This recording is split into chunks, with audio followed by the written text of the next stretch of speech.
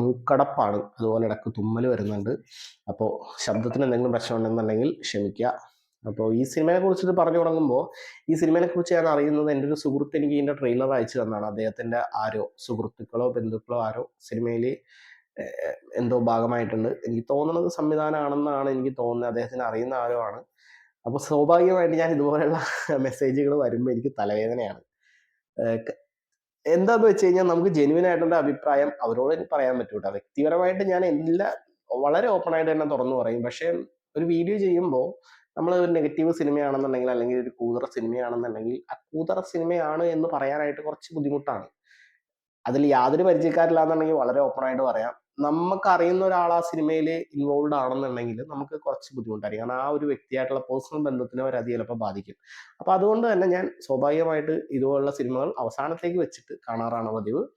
അങ്ങനെ യാദൃശ്ചികമായിട്ട് കഴിഞ്ഞ ദിവസം ബുക്ക് മൈ ഷോ എടുത്ത് നോക്കിയ സമയത്ത് ഞാൻ കണ്ട സിനിമയല്ല, ഷോ ഉണ്ടെന്ന് അറിഞ്ഞ് എന്നാൽ പോയി കണ്ടേക്കാം എന്ന് കരുതിയ സിനിമയാണ് നോണ എന്ന സിനിമ. ഈ സിനിമ ഒരു നാടകത്തിന്റെ പുനരാവിഷ്കാരമാണ്, അല്ലെങ്കിൽ ഒരു സിനിമാവിഷ്കാരമാണ് എന്നാണ് പുള്ളി പറഞ്ഞത്. ആ നാടകം ഞാൻ കണ്ടിട്ടില്ല. എനിവേ, സിനിമയിലേക്ക് വരുമ്പോൾ സിനിമയുടെ ഏറ്റവും വലിയ പോസിറ്റീവ് എന്ന് പറഞ്ഞാൽ പെർഫോമൻസുകൾ തന്നെയാണ്. പെർഫോമൻസ് പോസിറ്റീവ് എന്ന് ഞാൻ വെറുതെ എടുത്ത് പറയുന്നതല്ല, ഓരോ ക്യാരക്ടേഴ്സും ചെയ്തു വെച്ചിരിക്കുന്നത്. എനിക്ക് ലൗഡ് ആക്ടിങ് എനിക്ക് പൊതുവെ ഇഷ്ടമല്ലാത്ത കാര്യം. എൻ്റെ അമ്മ ഒരു അമേച്ചർ നാടക ആർട്ടിസ്റ്റാണ്. അപ്പോൾ അമ്മയോടും ഞാൻ ഓപ്പൺ ആയിട്ട് പറഞ്ഞിട്ടുള്ള കാര്യം, അമ്മ എനിക്ക് സിനിമയിലല്ലാത്ത രീതിയിൽ ഈ ഭയങ്കര ഹേ പ്രഭു ഹേ ക്യാ ഹേ എന്നുള്ള രീതിയിലുള്ള ആ സാധനയില്, ആ സംഭവം എനിക്ക് ഒട്ടും വർക്കാവില്ല. അതെനിക്ക് എൻജോയ് ചെയ്യാൻ അറിയില്ല, അതെനിക്ക് ആസ്വദിക്കാൻ അറിയില്ല. അപ്പോൾ അതുകൊണ്ട് തന്നെ ഞാൻ കൂടുതലും ഈ നാടകങ്ങളിൽ നിന്ന് മാറി നിൽക്കാനേ ശ്രമിക്കാറുള്ളൂ.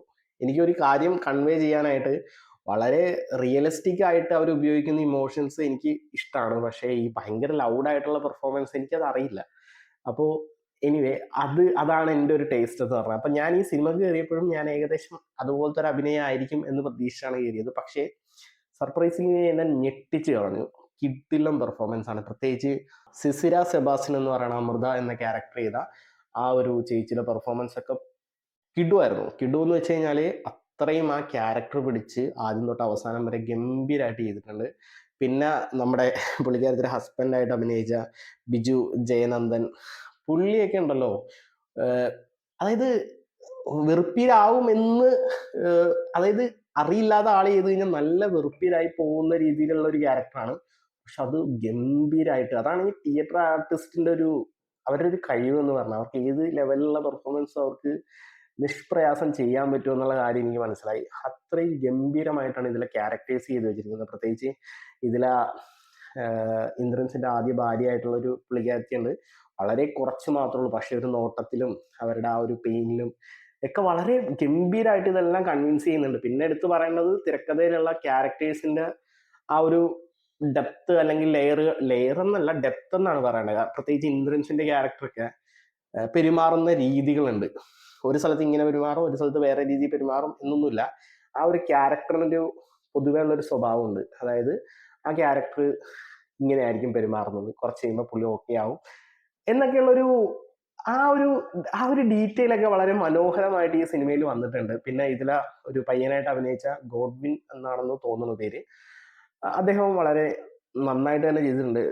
അദ്ദേഹത്തിന്റെ പേരൊക്കെ എഴുതി കാണിക്കുന്നുണ്ട് ആദ്യം. അങ്ങനെ ഒരു നായക കഥാപാത്രമായിട്ട് അവതരിപ്പിക്കാൻ പറ്റിയ ഒരു റോളായിട്ടൊന്നും എനിക്ക് ഫീൽ ചെയ്തില്ല. എനിവേ, അദ്ദേഹം വളരെ നല്ല രീതിയിൽ തന്നെ ചെയ്തിട്ടുണ്ട്. ഞാൻ ഈ സിനിമയെ കുറിച്ചിട്ട് പറയുമ്പോൾ വേറെ ആരെങ്കിലും, സിനിമയായിട്ട് ബന്ധപ്പെട്ട വേറെ ആരെങ്കിലും ഈ വീഡിയോ കാണുന്നുണ്ടെങ്കിൽ ഉറപ്പായിട്ടും നിങ്ങൾ ഈ സിനിമ കണ്ടിരിക്കണം. അതെന്തിനാണെന്ന് വെച്ച് കഴിഞ്ഞാൽ, നിങ്ങൾ നാളെ ഒരു സിനിമ ചെയ്യുമ്പോൾ അതിലേക്ക് നിങ്ങൾക്ക് കാസ്റ്റ് ചെയ്യാനായിട്ട് ഇതിൽ ഏതെങ്കിലും ഒരാളെ നിങ്ങൾക്ക് ഉപകാരപ്പെടും. കാരണം അത്രയും ഒരു ബഞ്ച് ഓഫ് കിഡു ആക്ടേഴ്സ് ഈ സിനിമയിൽ അഭിനയിച്ചിട്ടുണ്ട്. പിന്നെ ഇതിന്റെ തിരക്കഥയിലേക്ക് വന്നു കഴിഞ്ഞാൽ ഒരു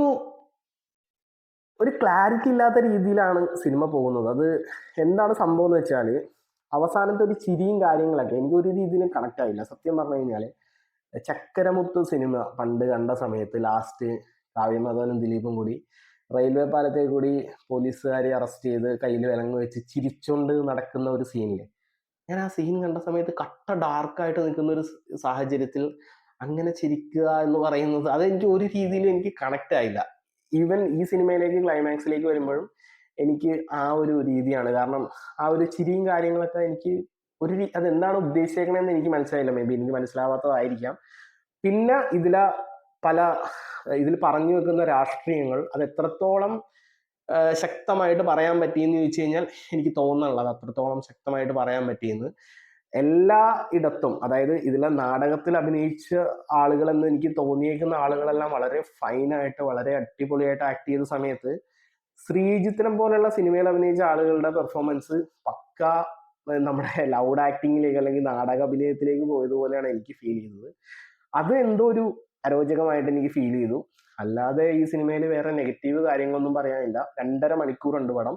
അത് കുറച്ച് ലെങ്ത് തന്നെയാണ്. കാരണം 2.5 മണിക്കൂർ നമ്മൾ ക്ഷമിച്ചിരുന്ന് കാണേണ്ട രീതിയിലുള്ള ഉദ്യോഗ മുഹൂർത്തങ്ങളോ കാര്യങ്ങളോ ഒന്നും ഈ സിനിമയിലില്ല. ഇതൊരു 2 മണിക്കൂറൊക്കെ ആണെന്നുണ്ടെങ്കിൽ നമുക്ക് ഓക്കെ അടിപൊളി പടം എന്ന് പറയുന്നത് ഇത് കുഴപ്പമില്ല, തരക്കേടില്ല എന്ന് പറയേണ്ട രീതിയിലേക്കാണ് സിനിമ അവസാനിക്കുന്നത്. പിന്നെ ഇതിലെ കോർ തീമിൽ വരുന്ന ഒരു സംഭവം, അത് ഈ സിനിമ അണിയറ ഇതിന്റെ സ്ക്രിപ്റ്റ് എഴുതിയ ആള് അറിയാൻ വേണ്ടി പറയുകയാണ്. നമ്മൾ ആ ഒരു മരണം എന്ന് പറയുന്നത് മേളിൽ നിന്ന് വീണ് തലയിടിച്ച് മരിക്കുന്നത് എപ്പോഴും ഒരു ദുരൂഹത തന്നെയാണ്. അതേസമയം ആ ഒരു മരണം ഒരു ഹാർട്ട് അറ്റാക്ക് മൂലമാണ് സംഭവിച്ചത്, ഹാർട്ട് അറ്റാക്ക് കൊണ്ടാണ് സംഭവിച്ചത് എന്നൊക്കെയാണെന്നുണ്ടെങ്കിൽ പിന്നെയും നമുക്ക് അതിനെ ജസ്റ്റിഫൈ ചെയ്യാൻ പറ്റും. ഇത് അപ്പോഴും എല്ലാവർക്കും ഒരു ഡൗട്ടാണ്. നിങ്ങൾ ഈ സിനിമയുടെ പേര് നുണ, ആ നുണ തന്നെയാണ് ഇപ്പൊ ആ നാട് മുഴുവൻ പരന്നു കിടക്കുന്നത്. നാളെ അതിൽ ഉൾപ്പെടുത്തിയിരിക്കുന്ന വ്യക്തികൾ ജയിലിൽ നിന്ന് ഇറങ്ങിയാൽ പോലും ഈ നുണ അവരെ വിട്ട് പോവില്ല. അവർക്കിനി മര്യാദക്കൊരു ലൈഫ് അങ്ങനെ ഉണ്ടാവില്ല എന്നാണ് എൻ്റെ ഒരു ഇത്. അപ്പൊ ഈ സിനിമക്കപ്പുറത്തേക്കുള്ള ചില ചിന്തകൾ നമുക്ക് ചില സിനിമ കാണുമ്പോൾ നമ്മൾ ചിന്തിക്കും അതെങ്ങനെ, അത് എന്താ പ്രശ്നം എന്ന് വെച്ച് കഴിഞ്ഞാൽ അത് ഈ ലോജിക്കിന്റെ ചില പ്രശ്നങ്ങളാണ്. ചില സ്ഥലത്ത് ലോജിക്ക് മിസ്റ്റേക്ക് വരുമ്പോൾ നമ്മൾ ആ ലോജിക്കിലൂടെ ചിന്തിച്ച് വരുമ്പോഴാണ് ഈ സംഭവങ്ങളെല്ലാം സംഭവിക്കുന്നത്. അപ്പൊ എനിക്ക് തോന്നിയ ഒരു കാര്യമാണത്.